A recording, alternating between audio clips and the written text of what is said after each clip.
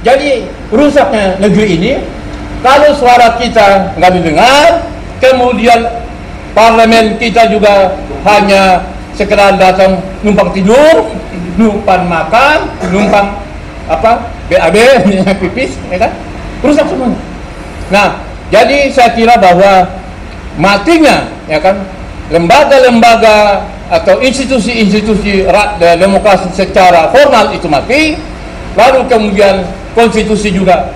Masa anak kecil kita ini susah cari kerja, mentang-mentang bapaknya presiden nyarikan kerjaan jadi wakil presiden, coba bayangin bagaimana coba itu bapaknya presiden.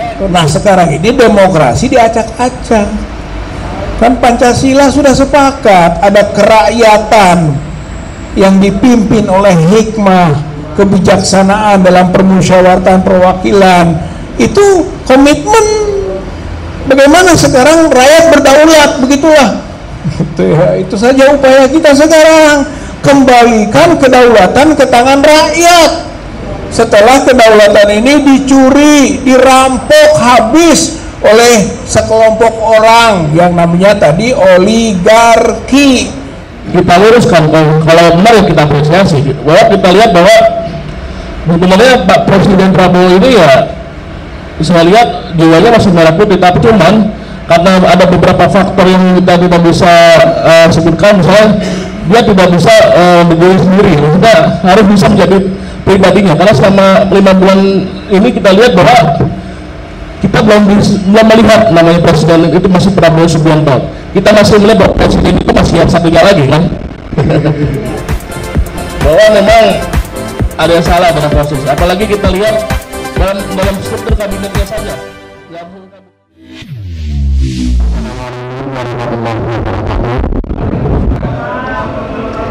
Alhamdulillah, yang kami hormati Ketua Umum Korpus Pemuda Indonesia Abdul Maiti, dan yang kami hormati abang narasumber yang hadir pada kesempatan kali ini, dan yang saya banggakan Bapak Ibu dan juga kawan-kawan pemuda, mahasiswa dan juga aktivis yang hadir pada kesempatan kali ini.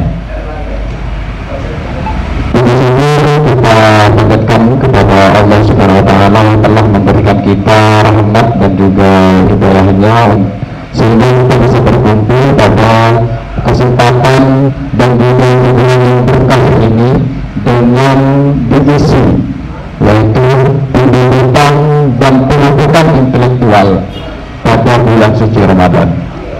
Salam serta salam kita lantunkan dengan bangga, lantunkan dengan mulia kepada baginda kita Nabi Muhammad SAW yang telah memberikan suatu makna dan arti kehidupan dengan adanya agama Islam. Bapak Ibu dan juga kawan-kawan sekalian, perlu diketahui bahwa Korpus Pemuda Indonesia bergerak di bidang pemuda yang memang kawalan dan juga program-programnya itu membina kalangan muda untuk terus berprestasi dengan baik masyarakat. Pada bulan suci Ramadan ini, kami Korpus Pemuda Indonesia telah melaksanakan bakti sosial yang telah diselenggarakan pada 2 hari yang lalu. Dan kegiatan kedua kali ini kami yaitu diskusi kebangsaan dengan tema masa depan demokrasi Indonesia. Perlu kita ketahui kenapa Korpus Pemuda Indonesia ini mengangkat tema masa depan demokrasi Indonesia.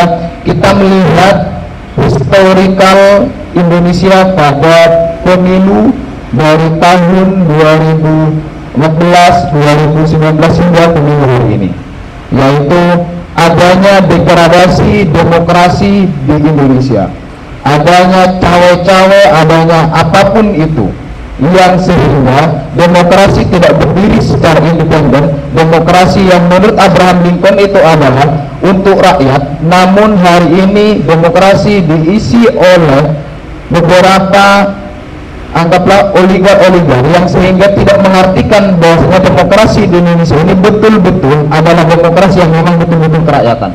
Maka dari itu dengan pemartinya pendapat pada kesempatan kali ini kita akan memberikan pencerahan bahwasanya bagaimana masa depan demokrasi di Indonesia pada kesempatan kali dengan melewati pemilu, pilkada barusan, pileg yang penuh dengan tuntutan-tuntutan dan penuh dengan laporan-laporan di Mahkamah Konstitusi. Jadi kita akan bedah, kita akan melihat, kita akan juga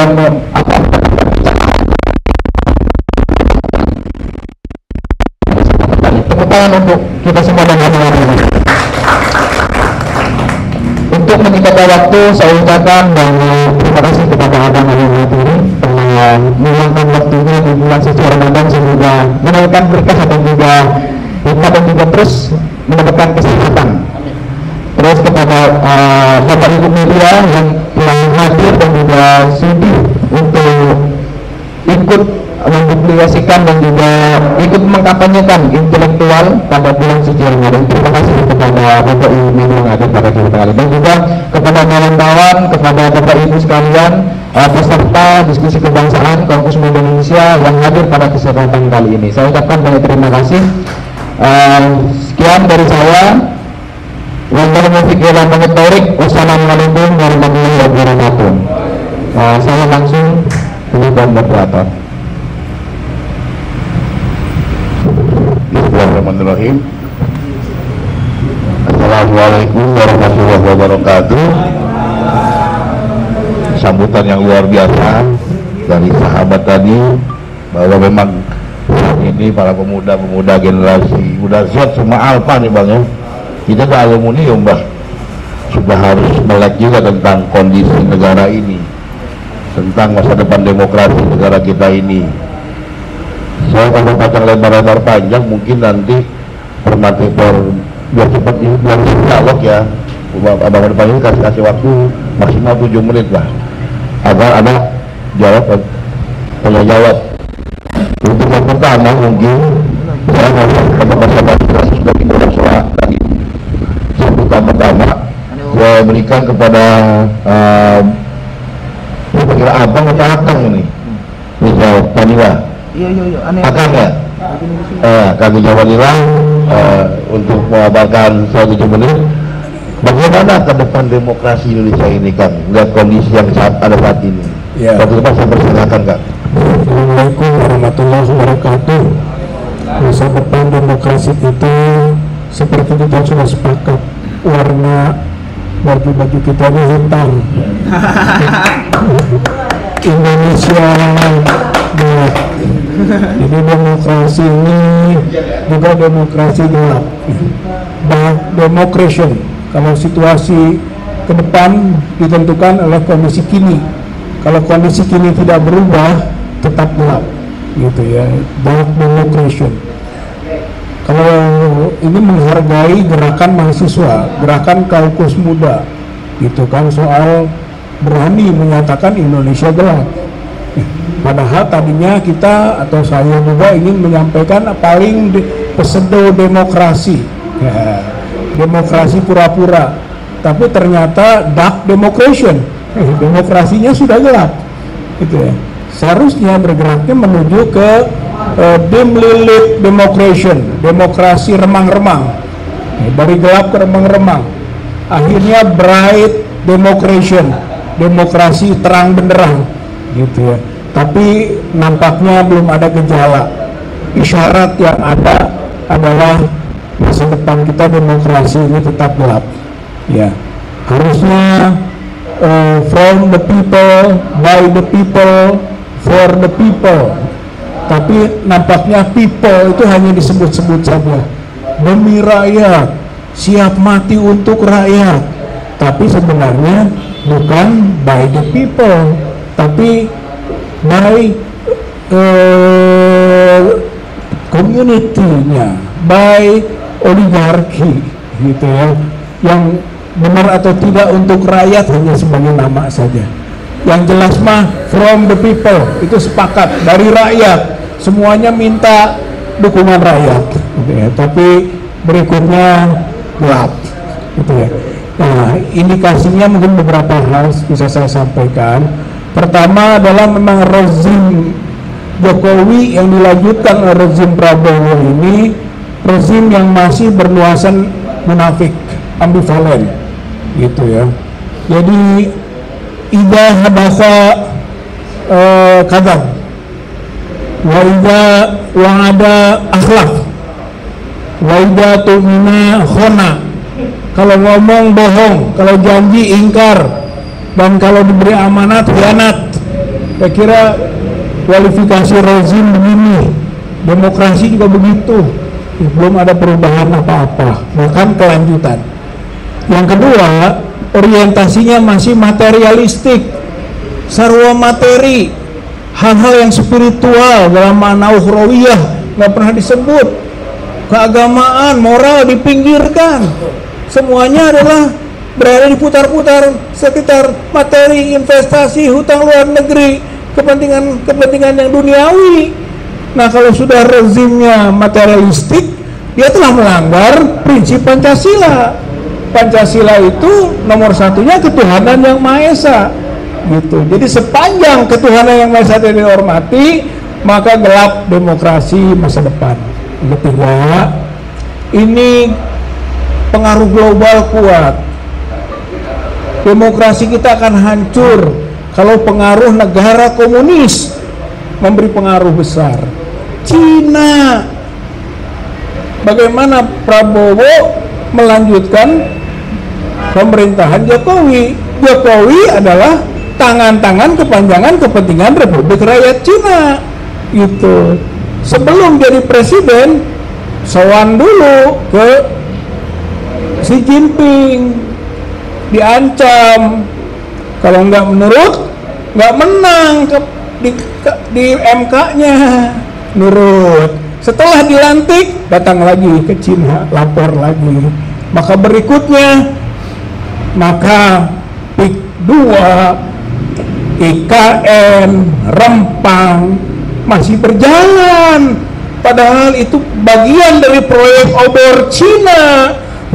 Bagaimana kalau sistem Cina dibangun dengan kolaborator yang ada di negara Indonesia ini, demokrasi bisa tegak, gitu. Jadi masa depan gelap itu tetap menjadi asumsi, prediksi, bukti-bukti, indikasi-indikasi kini.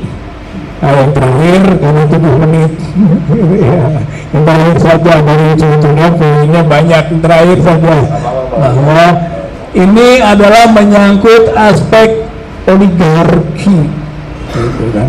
Sepanjang dia oligarki, Indonesia di bawah sepatu oligarki. Dulu ada buku Indonesia di bawah sepatu Lars, itu kan, ketika ABRI waktu itu mendominasi, menghancurkan demokrasi, gitu. Sekarang Indonesia boleh disebut di bawah sepatu oligarki, gitu. Rakyat diinjak-injak oleh oligarki. Oligarki artinya oligoi, archein, gitu kan. Sekelompok orang menjadi penentu pemerintah, mengatur-ngatur rakyat, oligoi. Kalau demokrasi, demokratos, yaitu rakyat mengatur dirinya sendiri. Nah, sekarang rakyat tidak bisa mengatur dirinya sendiri. Rakyat diatur-atur oleh oligarki, oleh sekelompok orang. Sekelompok orang itu bisa partai politik, bisa tokoh politik, bisa juga para pengusaha. Inilah kebersamaan kong kali kong antara pengusaha dan pengusaha, penguasa dan pengusaha untuk menginjak-injak rakyat. Oleh karena itu, maka konklusinya, sepanjang rakyat tidak bergerak, sepanjang kaukus muda diam saja, maka Indonesia dan demokrasi tetap gelap. Kalau mau menjadi sedikit bergeser ke remang-remang, apalagi bright democration, mau demokrasi yang terang benderang, bergerak. Artinya dua pilihan, seperti dulu lagi. Ini kembali ke kita yang menentukan, mau reformasi jilid 2 atau revolusi. Ini menyangkut people power. Nggak bisa negara ini diubah parsial, gradual, nggak bisa. Kalau mau baik, mau cerah ke depan, mau demokrasi ditegakkan lagi, hanya dua pilihannya, yaitu reformasi atau revolusi. Assalamualaikum warahmatullahi wabarakatuh. Waalaikumsalam warahmatullahi wabarakatuh. Luar biasa Bang Rijal Fadila ini, semangatnya berapi-api ya kan. Demokrasi katanya gelap, ini kita janjian ya. Termasuk kita pakai warna hitam, ini bukan janjian warna hitam, bukan berarti sih juga akan ada Indonesia gelap, enggak juga. Karena ini sebelum sini gelap juga perjanjian ya kan. Yang jelas sih yang terlalu panjang ini mungkin kondisi yang terjadi saat ini dengan bagaimana para elit politik dan kondisi kita ini yang membuat rakyat agak sedikit mungkin bingung atau jengah kondisi yang ada. Nah, untuk lebih akan lagi analisisnya kita mungkin ke akan Sutisna nih, nama Rasulullah saya akan M. Sutisna dari Kepala Komunikasi Pijar Institute. Nah, untuk Kang Sutisna bagaimana nih melihat kondisi saat ini, apalagi di MK sudah ada gugatan bisa capres tanpa threshold. Terakhir tadi pagi saya baca mungkin udah sekali ya, digugat sama guru besar Tata Negara Udayana tuh tentang pembatasan masa jabatan ketum parpol. Itu lagi rame tuh. Udayana loh, yang basisnya katanya basis mohon maaf ya, banteng. Harus dibagusin untuk ketum parpol, biar dinasti politik lagi di partai sebagian. Nah, mungkin untuk kali ini Kang Sutisna bisa memberikan penjelasan. Untuk itu Pak saya persilakan. Terima kasih. Assalamualaikum warahmatullahi wabarakatuh. Terima kasih teman-teman Kaukus Muda Indonesia yang sudah mengundang saya sebagai narasumber, bahwa saya sepakat apa yang dikatakan oleh Pak Kiai, bahwa kita ini Indonesia dengan keadaan gelap, betul-betul gelap gulita. Tapi di tengah kegelapan itu pasti ada, saya percaya ada lilin-lilin kecil, dan lilin-lilin kecil ini yang bisa dinyalakan oleh Kaukus Muda Indonesia sebagai katalisator penegak demokrasi di Indonesia. Kita lihat bahwa hawa-hawa kita kembali ke masa kegelapan di era Orde Baru sudah semakin terasa. Sekarang lagi ramai-ramai soal revisi UU TNI. Ketika revisi UU TNI ini benar-benar ingin membawa kembali TNI dan terlibat dalam politik praktis. Kebanyakan saja banyak jabatan-jabatan sipil yang diisi oleh perwira-perwira aktif.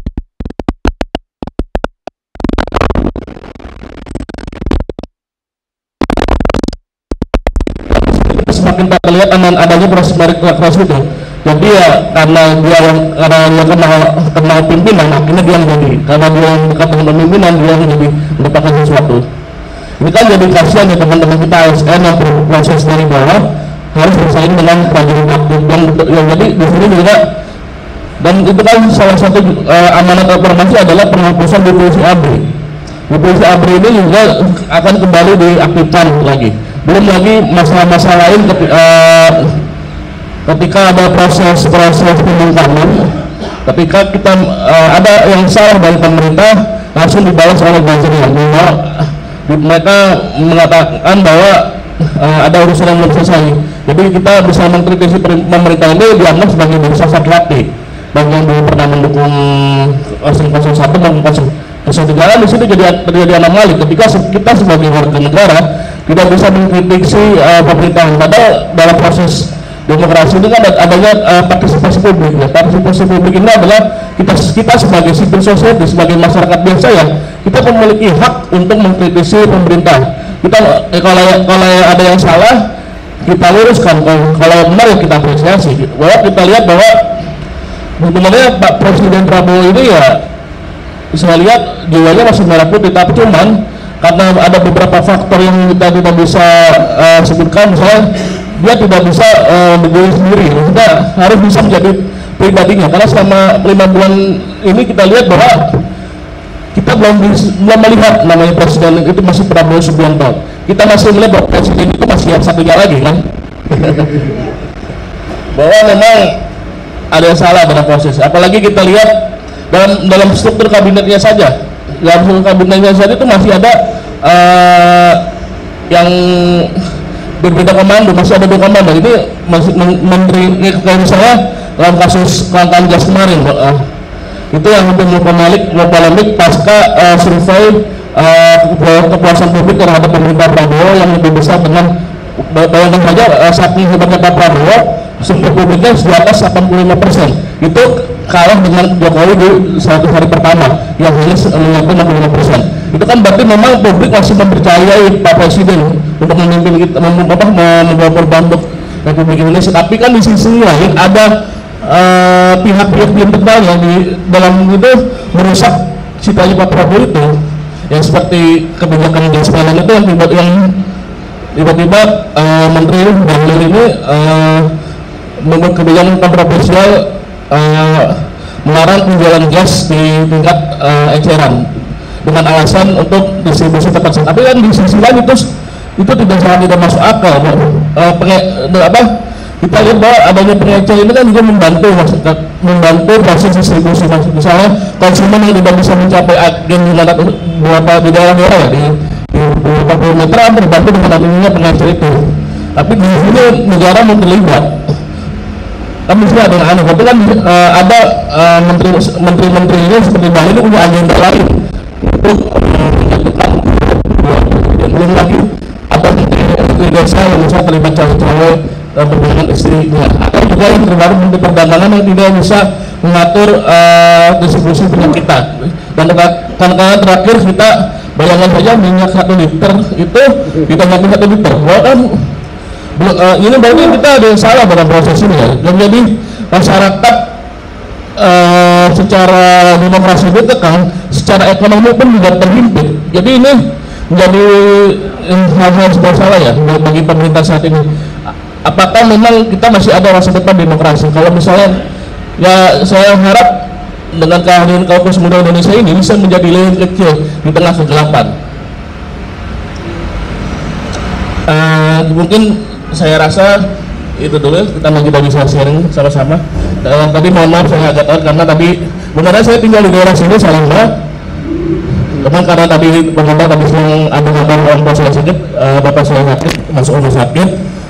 Akhirnya saya jadi kecilandak, tapi langsung balik ke sini, nanti dari sini mau balik ke rumah sakit lagi. Yang saya mau doanya Al-Fatihah kesembuhan ayah saya. Bacanya Al-Fatihah.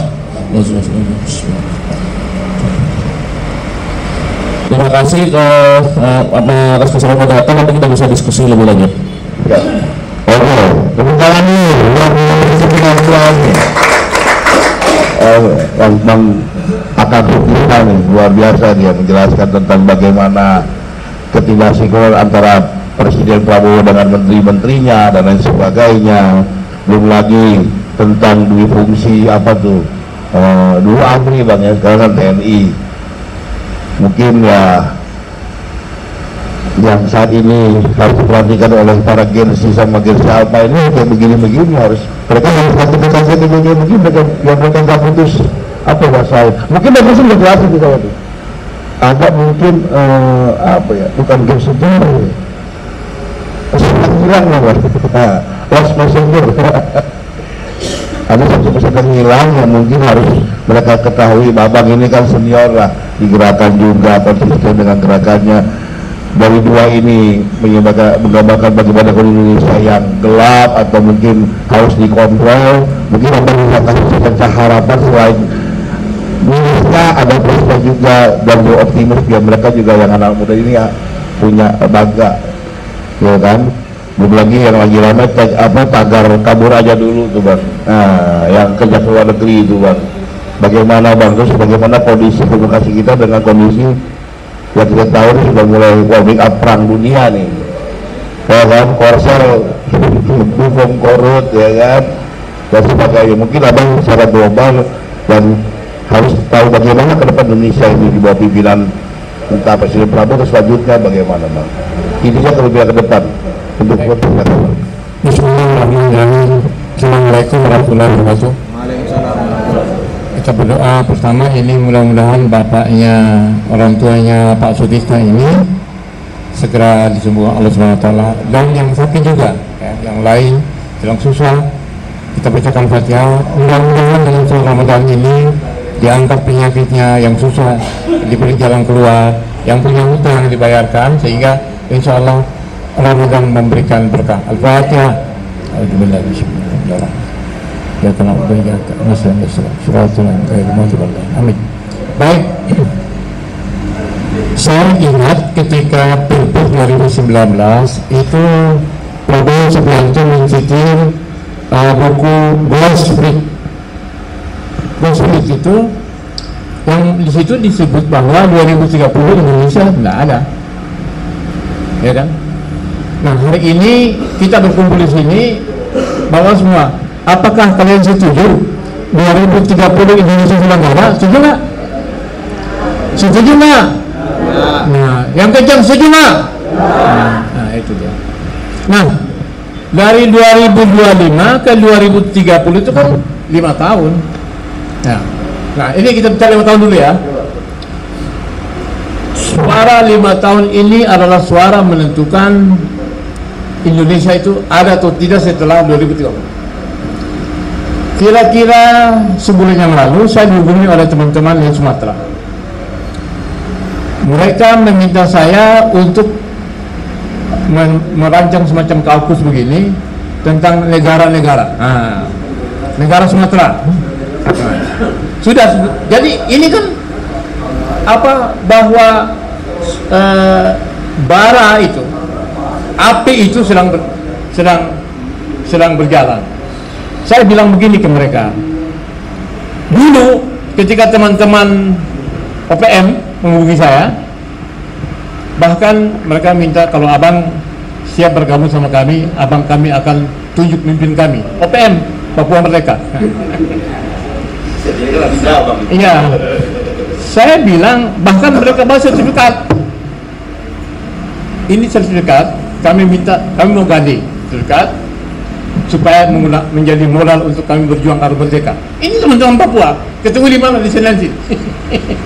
Nah, jadi saya kemudian mengatakan kepada teman-teman yang mengajak bikin Federasi Negara Sumatera dan teman-teman OPM, saya bilang begini kan, saya sangat cinta negeri ini.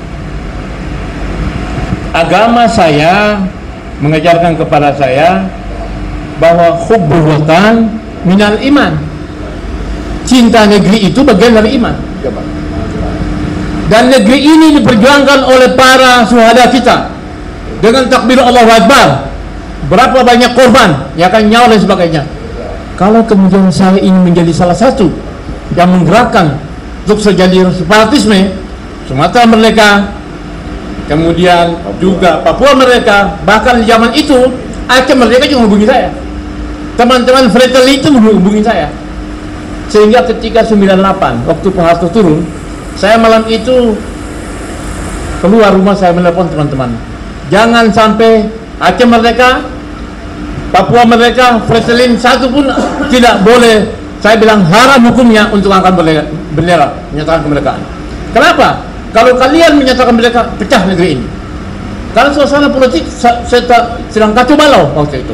Nah, oleh sebab itu diskusi hari ini oleh Kaukus Muda, saya inginkan Kaukus Muda ini menyampaikan pesan kepada pemerintah Prabowo bahwa demokrasi itu jangan sampai dikatakan tadi digaya demokrasi yang mati, ya kan?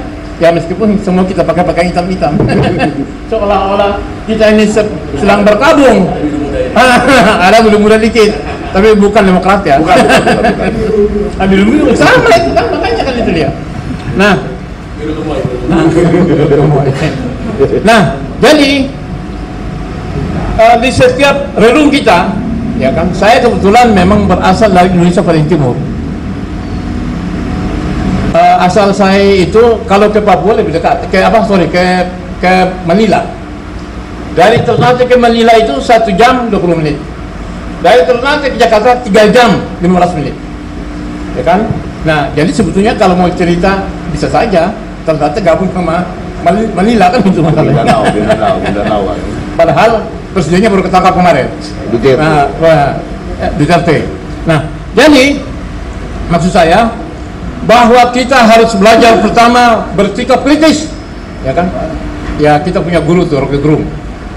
Rocky Gerung itu kan sekarang dia akan menjadi guru bangsa. Dia akan mengajarkan kepada kita bagaimana kita jangan menjadi bangsa blow on, ya kan? Jangan sampai menjadi bangsa dungu, ya kan gitu loh. Bayangkan saja, contoh nih kan, mestinya DPR itu harus ada kan? Katanya DPR itu Dewan Perwakilan Rakyat, ya kan? Tetapi kemarin saya mendengar Pak Amin Rais bilang begini, ini DPR jadi Dewan Pengkhianatan Rakyat. Nah, jadi demokrasi itu ada, itu simbolnya apa? Tegaknya hukum, ya kan? Kemudian berfungsinya lembaga-lembaga lembaga-lembaga konstitusional, ya kan? Kemudian lembaga-lembaga demokrasi parlemen. Parlemen itu kan kalau parler autoire. Saya bicara sama Anda, itu kan Perancisnya kan? Jadi parlemen itu adalah lembaga untuk berbicara, gitu loh, ya kan? Kalau ada parlemen, kamu ada di sini. Saya yakin kalau DPR ada, karena apa? Kalian kan kemarin, bapak, ibu-ibu dan ada semua, kemarin kan ikut musuk apa enggak? Apa kalau ikut semua nih? Kalian musuk apa enggak? Ada yang dipilih kan? Ada. Yang pilih Prabowo siapa? Angkat tangan. Yang pilih Anies siapa? Angkat tangan. Yang pilih Ganjar siapa? Angkat tangan. Pasti ada. Kemudian kalian berpilih anggota DPD, DPR dan sebagainya. Kan kalian nyoblos itu. Betul, Pak. Tapi itu kan hanya prosedural. Kalian pilih mereka maling, mereka nyolong, main cewek, ya kan, narkotika dan sebagainya. Kalian kan nggak tahu. Tetapi kalian berbicara, itu ada menteri yang melihara judol, yang ada macam aja tuh. Gak pernah dengar. Itu ada kementerian yang oplos BBM, ya kan? Apa itu? Pertamax dioplos jadi Pertalite. Pertalite pertama RON 90 menjadi 92. Bayangkan saja kerugian, itu kan uang kita. Itu ya, saya beli BBM, saya bawa mobil beli BBM. Yang ada bawa motor, bawa mobil pasti beli BBM, ya kan? Pertalite dianggap Pertamax. Kerugian negara selama 5 tahun mencapai hampir 1.000 triliun, itu uang kita. Bayangkan saja. Kita yang milih mereka dengan gratis, kan kita nggak dibayar. Betul, Pak. Kita datang ke kotak suara, milih mereka, si Anies yang penyolong mereka. Setelah itu mereka terpilih, mereka bersekongkol, nyolong APBN, nyolong BBM, nyolong gas dan lain sebagainya gitu. Ya, bayangkan saja. Lalu kemudian apa? Lembaga-lembaga hukum kita banci. Contoh nih, kemarin kami demo tuh, saya termasuk dengan Bang Prof. Egy Sujana, orasi di depan Kementerian BUMN. Kita bilang, ini kenapa Jaksa Agung kok ketemu dia setelah menangkap 9 pejabat Pertamina, lalu kemudian tiba-tiba datang Erick Thohir sebagai menteri, lalu pertemuan hampir 11 jam, Jaksa Agung keluar. Ya, sampai jam 11 malam. Kemudian Jaksa Agung itu mengatakan itu tidak terlibat. Dipanggil juga belum, Eriknya kan, diperiksa belum, kok tiba-tiba jadi juru bicara. Jaksa Agung jadi juru bicara dan menjadi LBH advokatnya Erick Thohir. Ini kan kacau ini. Sementara kita sudah rugi itu. Mobil saya itu kemarin rusak, bawa ke bengkel habis 18 juta. Karena itu. Nah, coba itu satu mobil. Coba ada berapa mobil coba ya? Akibat dari BBM oplosan. Jadi rusaknya negeri ini kalau suara kita nggak didengar, kemudian parlemen kita juga hanya sekedar datang numpang tidur, numpang makan, numpang BAB, pipis, ya kan? Rusak semuanya. Nah, jadi saya kira bahwa matinya, ya kan, lembaga-lembaga atau institusi-institusi demokrasi secara formal itu mati, lalu kemudian konstitusi juga. Masa anak kecil kita ini susah cari kerja, mentang-mentang bapaknya presiden nyarikan kerja anak jadi wakil presiden. Coba bayangin, bagaimana coba tuh? Bapaknya presiden, kemudian memberikan pekerjaan kepada anak jadi wakil presiden. Bapaknya punya jasa palsu, kalian yang punya jasa palsu. Itu loh. Anaknya SMP itu, bapak itu SMP jasanya sudah diteliti. Padahal syarat minimal jadi wakil presiden waktu itu SMA. Tapi akhirnya, nah oleh sebab itu saya mengapresiasi ya kan Korpus Muda ini, kita berpikir, menulis, berbicara. Kalau memang ternyata semua juga revolusi. Assalamualaikum warahmatullahi wabarakatuh.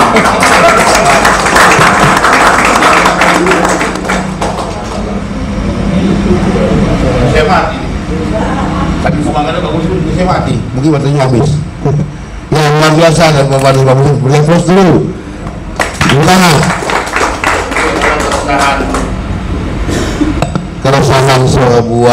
Keresahan rakyat Indonesia yang selama ini terjadi, mungkin yang di belakang sana ada yang masih kuliah, ada mungkin yang masih pelajar, ya belum ketemu the real world, bang, dunia nyata gimana itu. Nah, biar lebih seru lagi, saya buka sesi tanya jawab untuk ini gereja bagaimana ya, buka puasa atau jam berapa ini? Karena jam 5 sore. Diskusi ya, oke, yang mau nanya silakan, nanya ke siapa atau memberikan tanggapan silakan. Ini jangan curhat di sini, kamu bukan lembaga curhat. Ini diskusi aja bagaimana kamu. Oke, satu lagi, satu lagi, lagi enggak belakang dua,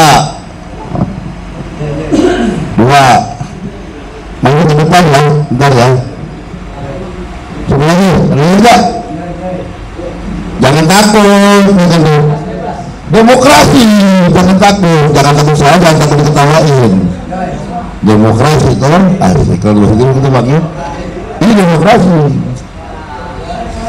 Nah, dua dulu, oke, bang, ini bang, maju bang, sebutin nama dari mana bang, jangan dari tadi. Ini bang, sembunyi situ kau. Assalamualaikum warahmatullahi wabarakatuh. Perkenalkan nama saya Ayus, Pak. Saya merupakan mahasiswa S2 di Esteban. Mungkin pertanyaannya dari hasil diskusi tadi, dari penjelasan tadi kita mengambil kesimpulan bahwa kita itu masyarakat penuh keresahan, memang penuh keresahan dari DAX, delegation dan sebagainya. Mungkin pertanyaan simpel saja, apa yang harus kita lakukan sebagai mahasiswa?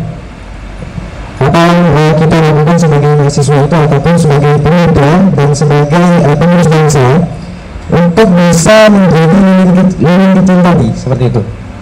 Atau contoh seperti ini, jika memang kita membantu perekonomian bangsa, dari atasan juga membuat aturan-aturan agar nanti kita dipersulit dan sebagainya. Ada juga isu sebagai kita kabur aja dulu dan sebagainya. Meskipun kita kerja di luar negeri dan sebagainya, kita juga ada aturan untuk membayar pajak dan sebagainya untuk Indonesia. Nah, bentuk kecil yang harus kita lakukan apa untuk bisa menjadi yang kecil itu? Mungkin ke Bang Sutisna saat itu. Tanggung semua dulu ya, biar enak. Nah, Mas, bisa beli aja biar enak lagi ya. Mas, tapi ya, nah ini bisa. Tik. Wah, ini nih. Ini kawanku. Ini ketemu kan? Bismillahirrahmanirrahim. Assalamualaikum warahmatullahi wabarakatuh. Ya, perkenalkan nama saya Muhammad Yusuf. Salah satu mahasiswa S1 Setiani. Jadi terima kasih atas pemaparan pemateri dari tiga narasumber. Jadi saya punya dua pertanyaan dari hasil tadi diskusi yang jadi bagaimana pengendalian supaya gagasan kembali menjadi yang terdepan untuk berdemokrasi? Itu yang pertama. Yang kedua, yang sudah kita pahami dari pemerintah juga, demokrasi sekarang ini mengalami degradasi sehingga 2014 dan seterusnya sampai sekarang.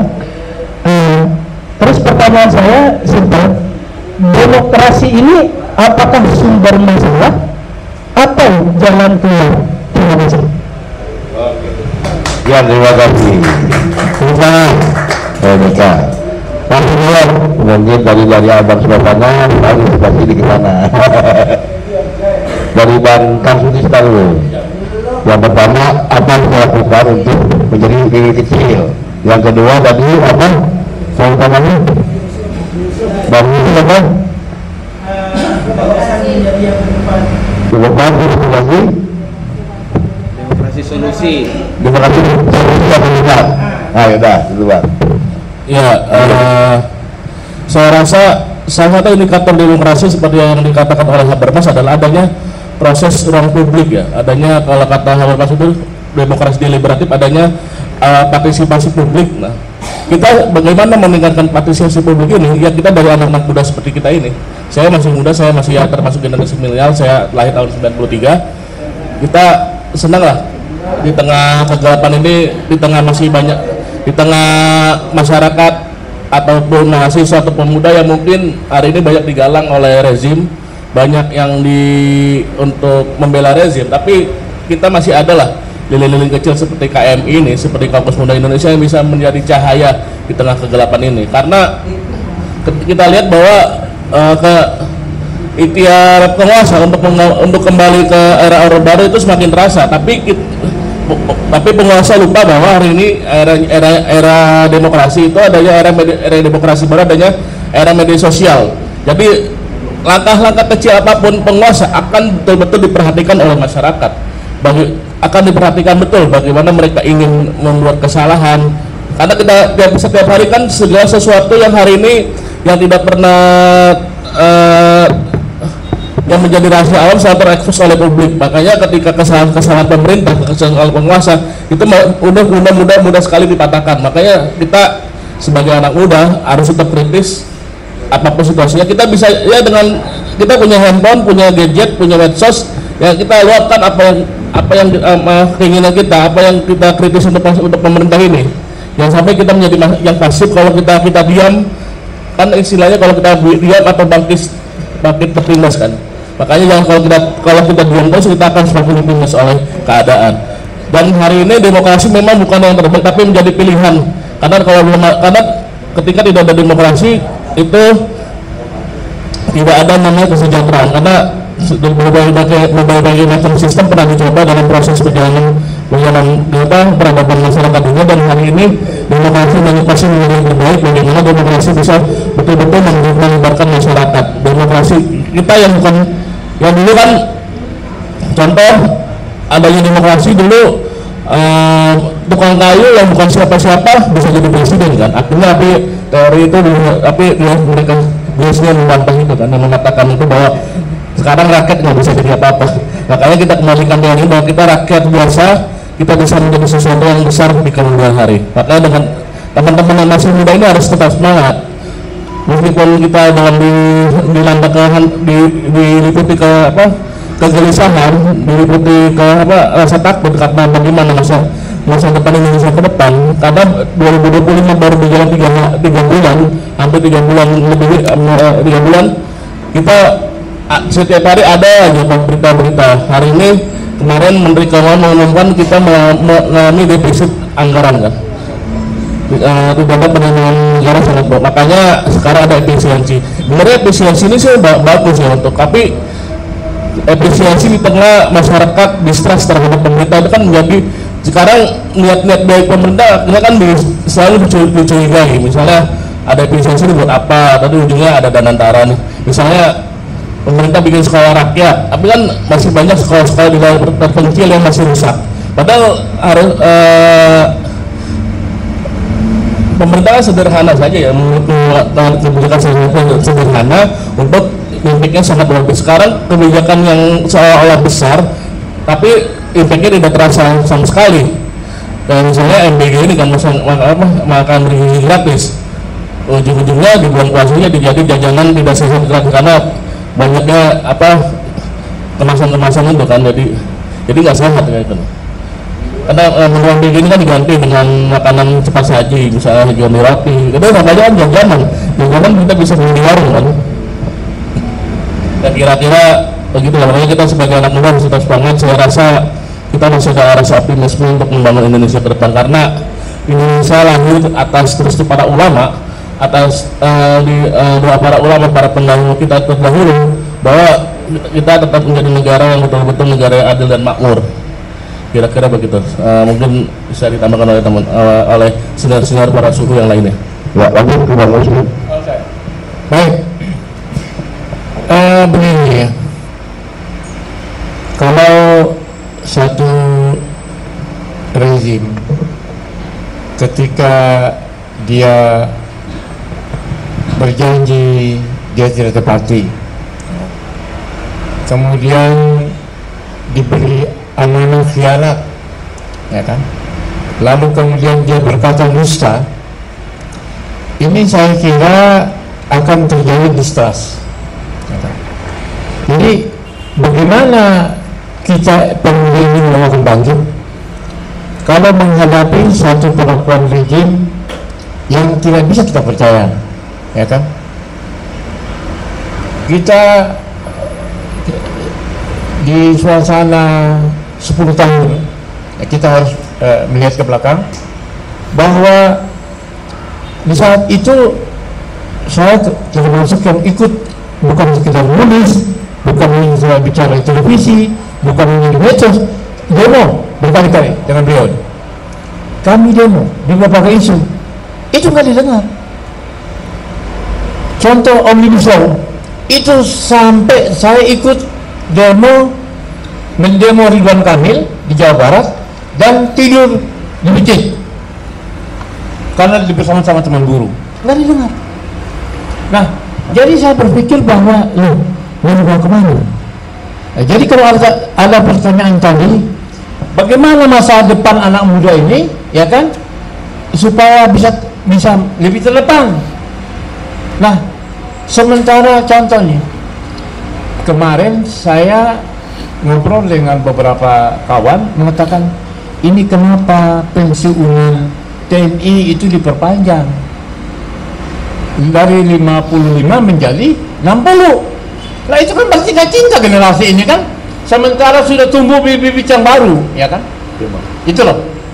Jadi mestinya sudahlah, maaf ya, toh meskipun tadi di fungsi ABRI Jenderal aktif, saya kritik betul itu Teddy yang sekretarisnya Prabowo, ya kan? Kemudian ada juga kepala Bulog, itu kan saya juga ngomong di koran keras. Sekarang mereka mau membuat RUU, artinya ABRI tentara aktif itu bisa berfungsi untuk jabatan-jabatan sipil. Nah, ini kan seakan-akan mematikan masa muda, mematikan sipil. Karena bagaimanapun begini ya, tentara itu kan kita sudah tahu, tentara itu memang untuk perang, bukan untuk ngurusin masalah-masalah sipil. Jadi kalau misalnya tiba-tiba sekarang ini, dulu 98 di fungsi sudah kita kubur, nah sekarang dihidupkan kembali, itu sama saja dengan ingin mematikan masa depan kita semua yang bukan tentara ya. Nah, kalau tentara pun tingkat elit.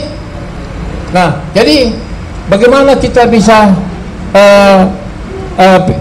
bisa ada pertanyaan tadi dari mana itu, bagaimana kita bisa lebih ke muka depan loh. Memang rejim ini seolah-olah, situasi ini seolah-olah disetting untuk kita ini menjadi bobrok, menjadi rusak. Nah, cuman itu tadi. Kalau kita bandingkan dengan tahun 1908, ya kan, 1928, ya kan, Sumpah Pemuda. Kemudian kemerdekaan, kita lihat tokoh-tokoh muda, Syahrir, ya kan, Tan Malaka, ya kan, Soekarno dan sebagainya. Yang tua cuma Agus Salim, ya kan, oke. Tapi mereka itu suasana terjaga, mereka bangkit. Jadi dalam hal ini mestinya sebagai pemuda kita tidak hanya berpikir untuk kita saja. Kenapa? Kalau ternyata misalnya ramalan Ghost Split terjadi, negara yang pecah belah, ya kita kacau juga semuanya gitu kan. Jadi kita harus bicara, berpikir, kita bisa melihat begini. Anak-anak muda ini, contoh kemarin saya lihat, misalnya saya baca di media, itu anaknya Dono Kasino, ya kan? Itu kan pelawak tuh. Anaknya Dono. Ahli atom. Ahli nuklir. Nah, itu dia. Bapaknya kerjanya ngelawak. tapi anaknya bisa jadi ahli nuklir. Kemudian ini 3G ini saya ke Kediri, handphone 3G itu yang cipta siapa? Orang anak Kediri. Ini 3G, dia bikin penemuan, dia punya rumus, dia tawarkan pengusaha dalam negeri nggak ada mau, dia ke Jepang, dibeli sama pengusaha Jepang. Ini 4G itu anak Kediri yang ciptakan.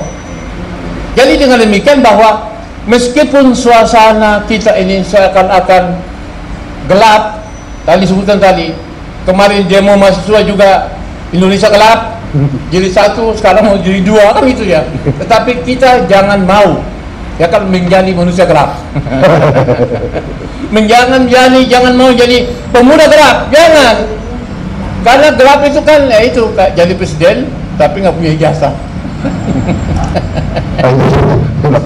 Satu. Yang kedua, itu kemarin saya memang ditanya masalah bagaimana, itu ada komentar wamen yang mengatakan sudahlah kita nggak betah kabur aja ke luar negeri, kan itu masalahnya kan gitu loh. Ya itu kemarin itu kan teman saya Emmanuel itu kan. Nah, saya bilang ini ngajak orang untuk memang artinya itu mencerminkan bahwa negeri ini memang dia di pemerintahan kan. Kalau dia di kubu di luar barangkali boleh saja dia ngomong, tapi pemerintahan artinya dia menganjurkan sudahlah pergilah ke luar negeri, ngapain ya itu dia. Nah makanya kemarin saya bilang sudah copot saja si wamen itu kan, wamen tenaga kerja itu. Nah, jadi suasana seperti ini kita harus memperkuat kecintaan kepada negeri ini. Karena apa? Kita merujuk kepada historical written, catatan sejarah, bahwa kalau saja zaman dulu pada pemuda itu, ya kan, pemuda Tan Malaka, pemuda Soekarno, Soekarni, ya kan, Sahrir dan sebagainya, ada Malik dan sebagainya. Mereka itu ya masa bodoh kayak kita, negara ini saya jamin nggak ada. Pemuda Hatta misalnya kan seperti itu, nggak ada. Nah jadi saya kira dalam suasana sekalut segelap apapun, tetapi kita jangan pesimis. Kita tetap menjadi lilin, ya kan, menjadi lilin. Kita harus kebarkan semangat itu karena apa? Ketika terjadi ancaman disintegrasi kerusakan negeri dan pecah bangsa ini, karena perpecahan itu kan bukan sedikit. Soviet pecah, ya kan, kemudian apa namanya pecah, ya kan, itu. Nah jadi negara-negara itu, nah di kita ini kalau rejim ini tidak mau lagi mendengarkan suara anak muda, suara mahasiswa, suara rakyat, saya kira perpecahan dan disintegrasi itu akan menjadi fakta dan akan terjadi. Oleh sebab itu tadi saya setuju kalau rejim sudah tidak mau mendengar rakyat, yang ada adalah revolusi. Ya. Kenapa? Karena kata burung merak siapa? Rendra, perjuangan itu adalah pelaksanaan kata-kata. Assalamualaikum warahmatullahi wabarakatuh. Ya, alhamdulillah. Terima kasih. Dua hal. Yang pertama tentu tadi peran pemuda, peran mahasiswa. Sub'an al-Yawm, Rijal al-Ghad. Sekarang pemuda, besok pemimpin. Jadi song-songlah masa depan. Walaupun demokrasinya gelap, kitanya tetap terang. Gitu. Jadi menurut saya mahasiswa harus tetap optimis.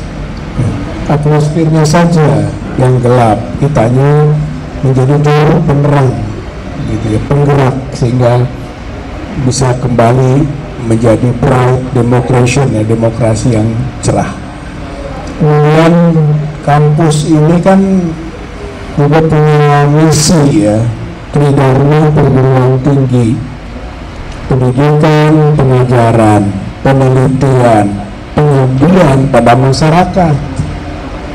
Jadi nggak bisa kita menjadi orang yang berada di ruangan yang sempit para mahasiswa itu, gitu ya. Bahasa Sunda nama kurung batok, kurung batok. Jadi seperti di dalam tempurung, gitu kan. Ke situ saja tidak, pendidikan, pengajaran, penelitian, research, dan ada pengabdian pada masyarakat. Nah, oleh karena itu di mana-mana perubahan sosial itu dilakukan oleh mahasiswa. Itu karena memang dia punya misi, punya dharma, ya dharma ketiganya ini gitu. Jadi menurut saya mahasiswa harus kembali ke hitoh dasarnya sebagai orang yang belajar, mengajar dan memberi pelajaran pada masyarakat. Itu peran mahasiswa. Yang kedua, berkaitan dengan masalah demokrasi, apakah solusi atau masalah gitu ya. Kalau saya pribadi sebagai muslim, biasanya kan kerasi-kerasi itu ada teokrasi, aristokrasi, ada oligarki, ada mobokrasi, ada demokrasi, banyaklah kerasi-kerasi gitu ya. Kalau sebagai muslim yang punya berbasis pada agama, maunya agama sebagai aspek dasar kehidupan bermasyarakat bernegara. Mungkin bahasa kerasi tadi ya teokrasi. Walillahi izzah wali rasulihi walil mu'minin. Kedaulatan di tangan Allah, kedaulatan di tangan Rasul, kedaulatan di tangan orang beriman. Itu maunya, itu kita. Tapi kita juga berada di luar kesepakatan dalam bermasyarakat bernegara ini.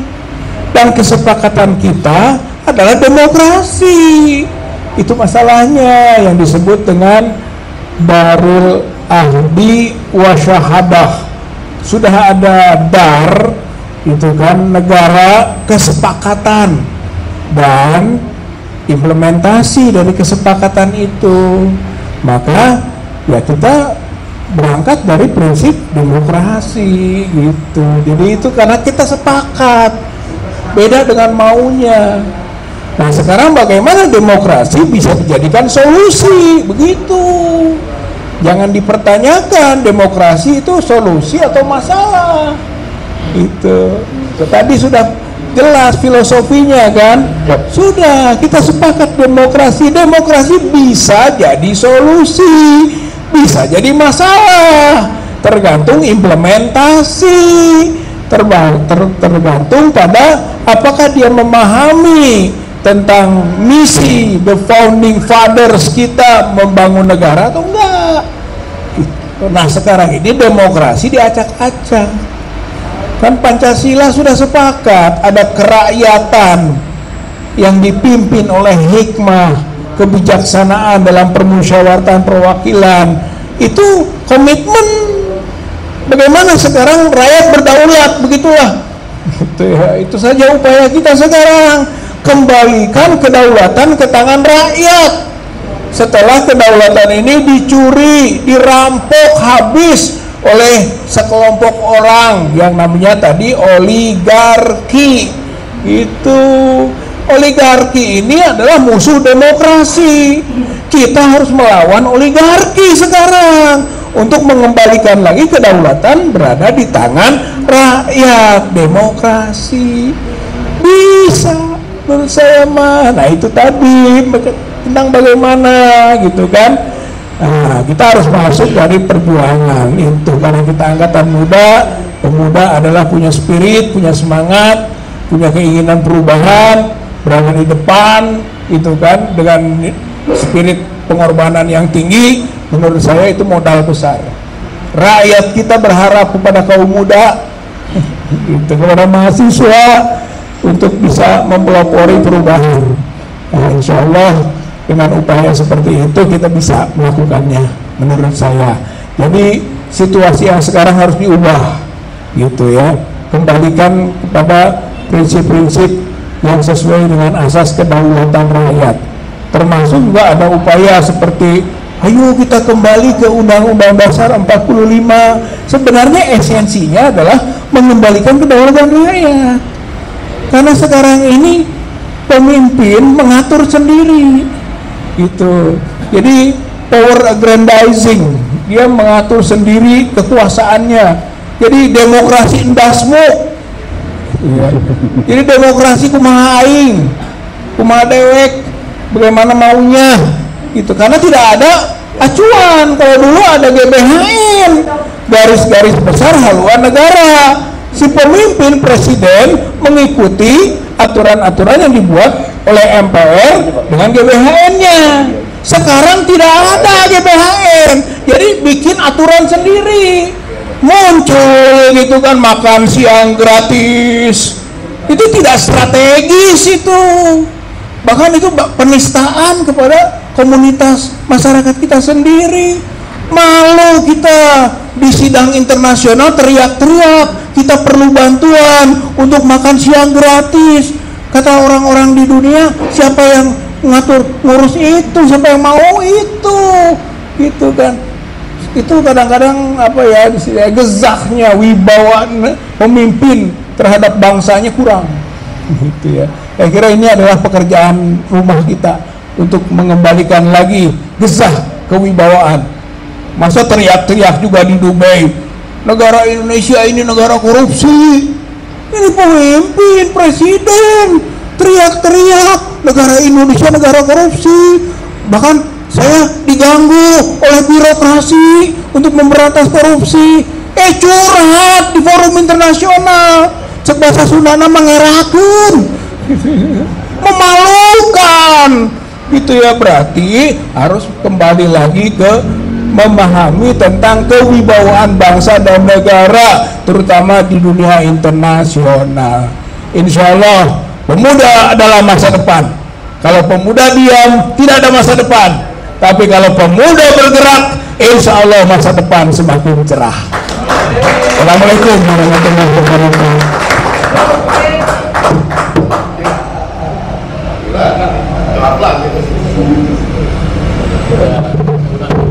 Iya, cek.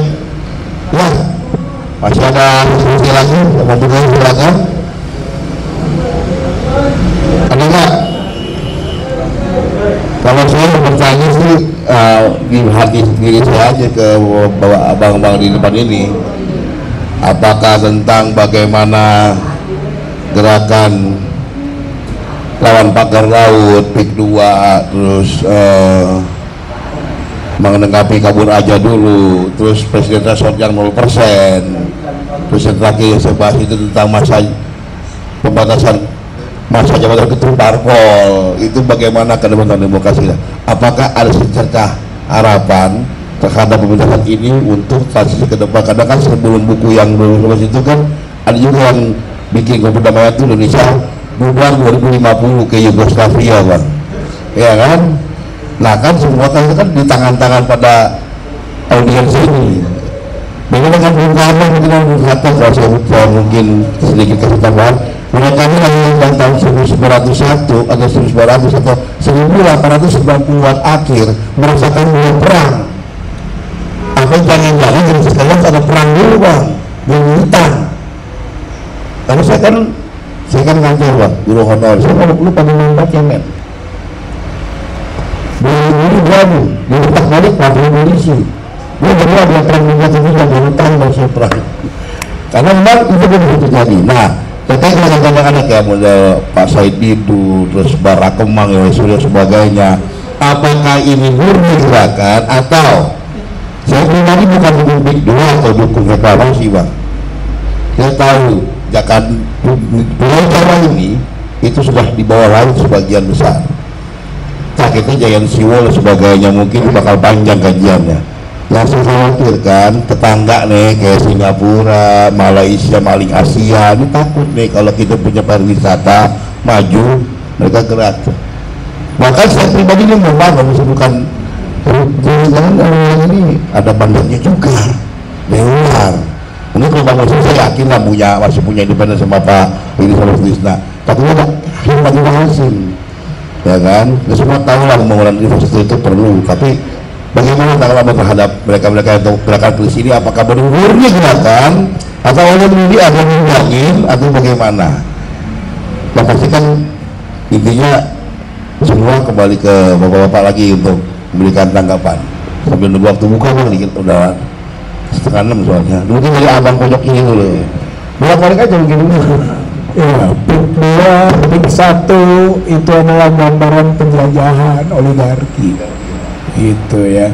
Jadi Pak Prabowo sendiri bilang negara dalam negara, ada perumahan eksklusif. Itu PIK 1, PIK 2 gitu. Itu tidak boleh ada. Berarti itu sebenarnya secara hati nurani kepemimpinan itu tidak benar. Itu tidak memberi ruang kepada masyarakat untuk bisa makmur. Karena adanya PIK 2 dan PIK 1 itu menggambarkan social gap yang tajam gitu. Bahkan sudah menusuk ke aspek-aspek ideologi negara, simbol negara. Di sana didirikan patung naga. Patung naga itu adalah representasi dari Cina, RRC itu. Nah, kita mah punya lambang negara Garuda. Harusnya Garuda. Kenapa mesti naga? Itu arogansi, itu victory lap, itulah semacam dia telah menang, saya menang, kami. Makanya PIK 1, PIK 2 harus dilawan, harus dibenahi.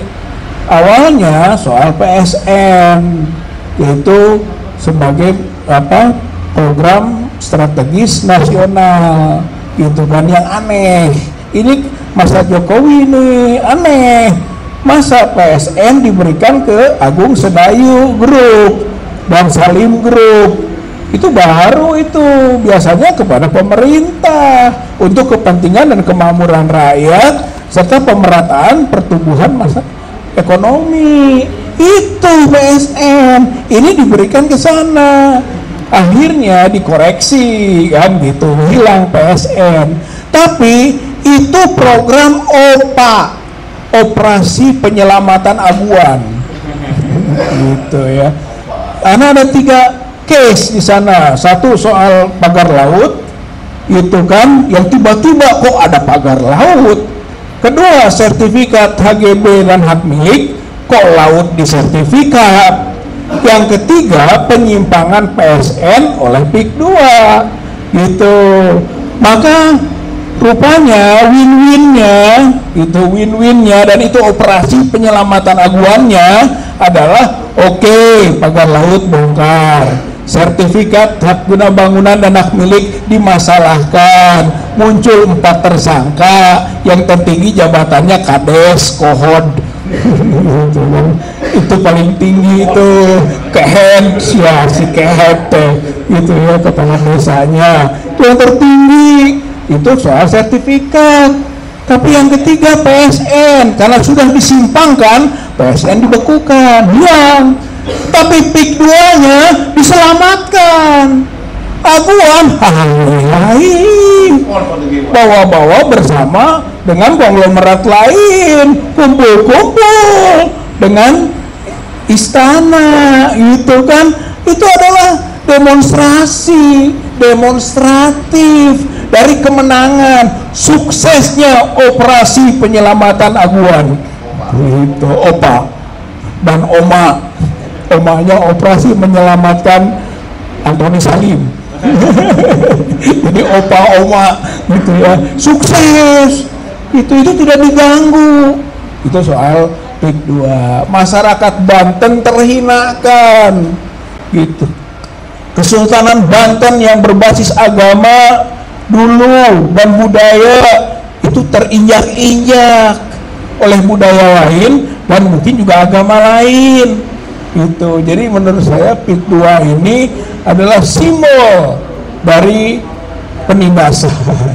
Maka terlihatlah penyingkiran, penggerusan, bahkan juga penegakan kedaulatan negara yang lain, etnis lain. Kalau saya berani mengatakan, walaupun semua etnis pasti ada yang baik, ada yang jahat, tapi etnis Cina jahat ini tercermin pada perilaku di PIK 2. Itu PIK 2 saja dulu lah ya, Bang. Saya siap. Mungkin nanti Bang Muslim yang lain-lain isu-isu bagaimana tentang apakah akan terjadi perang dunia, Presiden Tersebut sama pembatasan masa bakti ketum parpol, jangan seumur hidup. Ya, jadi sebetulnya kan pertama ya, pembatasan usia ketum parpol, ya kan, masa bakti jabatan ketua partai. Nah, jadi gini kan, itu kan gini, persoalan itu kan internal partai ya. Jadi kita nggak bisa masuk ke situ. Selama partai tersebut sepakat, itu memang nggak bisa kita intervensi, karena itu hak demokrasi mereka, hak konstitusi mereka, kan gitu dia. Nah, jadi kalau kemudian kita yang di luar partai urusan apa urusan lu? Nah, itu dia. Ini kan rumah tangga kami, kan itu masalahnya. Siap. Nah, jadi itu satu. Kemudian yang kedua tentang persoalan parlemen presidensial threshold, ya kan, dan parlemen threshold. Ya, dulu saya adalah ketika 2007 waktu pemilihan gubernur DKI itu setelah perdamaian Aceh merdeka dengan PRRI di zaman pemerintahan SBY JK, lalu kemudian saya termasuk yang pada waktu itu mendorong supaya ada pemilihan kepala daerah dari calon independen 2007, dan di zaman itu ketua MK-nya adalah Jimli Asidiki. Nah, itu saya berhasil pada waktu itu meyakinkan bahwa harus ada calon independen, dan kemudian hari ini pemilihan bupati, wali kota, dan gubernur juga melalui calon independen. Itu artinya apa? Kita inginkan bahwa kalau demokrasi itu, kalau partai itu raja-raja kecil, ya kan? Nah, barangkali pemilihan kepala daerah dengan jalur independen itu bisa memberikan peluang kepada tokoh-tokoh, ya. Misalnya contoh Rizal Ramli zaman itu kan. Saya termasuk yang mengidolakan, jika saja suasana ekonomi kita yang carut marut hari ini presidennya adalah Rizal Ramli, yakin saya dia punya solusi untuk itu. Nah, tapi kan keburu meninggal, ya kan? Keburu meninggal. Nah, lalu kemudian saya bertanya, apakah pemilihan kepala daerah itu jalur independen cukup sampai di situ? Kenapa tidak presiden di zaman itu? Lalu kemudian ketika presiden 20%, saya termasuk yang ikut demo menulis agar supaya PT 0%. Artinya PT 0% itu adalah simbolisasi rakyat berdaulat. Artinya tidak mesti harus tokoh partai, ya kan? Yang memang jika seseorang itu betul-betul dia itu cinta rakyat, peduli rakyat, betul-betul mati hidup untuk rakyat, ya kan? Dia boleh diajukan, tidak melalui pembatasan 20%. Nah, dan yakin saya kalau PT 0% itu dipraktekkan, saya kira sulit Jokowi sama Gibran ini akan menjadi presiden dan wapres. Kenapa? Kasih rakyat akan memilih, tidak mungkin kan? Oh, ini ijazahnya juga nggak jelas, yang satu sekolahnya nggak jelas. Bagaimana bisa lebih rakyat gitu loh, ya kan? Nah, satu. Apalagi kalau kemudian kita kembalikan pemilihan lewat musyawarah mufakat, pasal sila keempat Pancasila. Saya kira kan ini yang muda-muda ini punya kesempatan bisa. Artinya begini, selama itu mampu, bukan hanya pembatasan partai, ya kan, tetapi rakyat menghendaki, bisa mimpin, maju sebagai pemimpin. Nah, jadi saya kira persoalan PT 0% itu memang ya sudah dibuka kemarin ketika Ketua MK sudah dipecat Anwar Usman, digantikan yang Soehartoyo sekarang. Nah, tetapi jangan sampai kemudian ketuhanan yang Maha Esa diubah menjadi keuangan yang Maha Kuasa, ya kan? Iya, setiap ada pilkada keluar uang, beli suara. Kayak kemarin saya mengalami satu kabupaten di Jawa Barat, ya kan? Itu si calon bupati ngumpulin 2 juta amplop, satu amplop isinya 25.000, jadi 50 miliar. Bayangin aja tuh. Itu kemana? Itu A1. Dan konyolnya si bupati itu dimenangkan di Mahkamah Konstitusi. Dan sekarang dia terpilih lagi di Sulawesi Barat. Nah, jadi itu artinya apa? Itu artinya Pancasila sudah nggak dipakai. Bukan ketuhanan yang Maha Esa, tapi keuangan yang Maha Kuasa. Nah, jadi itu tadi bahwa PT Indonesia ada bagusnya juga. Tapi kalau kemudian hari ini kalau saya punya uang sekian puluh triliun, saya bisa beli suara rakyat, saya bisa jadi presiden. Meskipun saya tukang tipu, umpaman. Tukang tipu ya? Ya, meskipun saya tukang tipu. Ya kan? Kan seorang pemimpin yang menipu rakyat itu kan tukang tipu dia kan gitu loh. Nah, kemudian yang terakhir adalah apakah tidak terjadi gejolak perang dunia ketiga? Ya, jadi begini kan. Saya termasuk ikut menulis dan mengamati juga persoalan-persoalan bukan hanya nasional atau geopolitik ya kan, atau global ya kan. Menurut saya bahwa makanya kan saya bilang Amerika ini kan Israel itu penduduknya paling 10 juta. Betul. Nah, Amerika itu penduduknya 287 juta. Masa 10 juta itu bisa mengoyak-ngoyak, bisa mengobok-ngobok, bisa mengendalikan? Kan goblok itu Amerika itu. Betul, Bang. Ya kan? Iya, negara kecil apa gitu loh. Nah, jadi saya kira kita harus membangun satu kesadaran bersama, kepedulian bersama, agar supaya kita juga masuk karena sebagai warga dunia juga mengamati hal seperti itu. Atau misalnya begini kan, ketika tadi disebutkan oleh Bang Jafalila tentang intervensi Cina, loh, itu yang dibilang obok One Belt One Road itu, ya kan, kemudian disisir mulai sampai kepada IKN itu, kan kita protes. IKN itu kan katanya ibu kota negara, tetapi cara bagaimana sekarang dia menjadi rumah hantu, ya kan.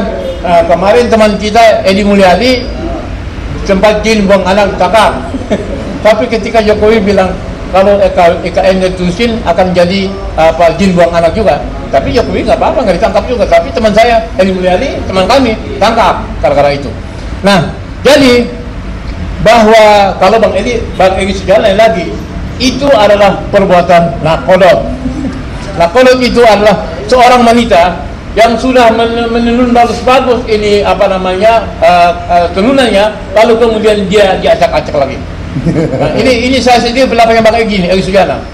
Egi Sujana bilang Jakarta itu sudah menjadi 450 tahun ya kan, menjadi ibu kota ya kan, sebelum merdeka sampai merdeka ya kan, usia Jakarta kan gitu dia.